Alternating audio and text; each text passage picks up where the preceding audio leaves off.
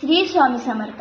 ओ देवराज सेव्यमान पावनादि पंकजं यालयज्ञ सुप्रविन्दुशेखरं कृपाकरं नारदादि योगी वन्दितं दिगंबरं काशिकापुराधिनाथ कालभैरवं भजे भूतसंगनायकं विशालकीर्तिदायकं काशिकावासयोग पुण्यपापशोधकं विभुं नीतिमार्गकोविदं पुरातनं जगत्पति काशिकापुराधिनाथ कालभैरवं भजे अट्टहासभिन्न पद्मजाण्डकोश संकटि दृष्टिपापनष्टपापजालमुग्रशासनम् अष्टसिद्धिदायकं कपालमादिकन्दरं काशिकापुराधिनाथ कालभैरवं भजे कालभैरवाष्टक पठन्ति मनोहर ज्ञानमुक्तिसातिरं वचित्रपुण्यवर्धनं। श्री स्वामी।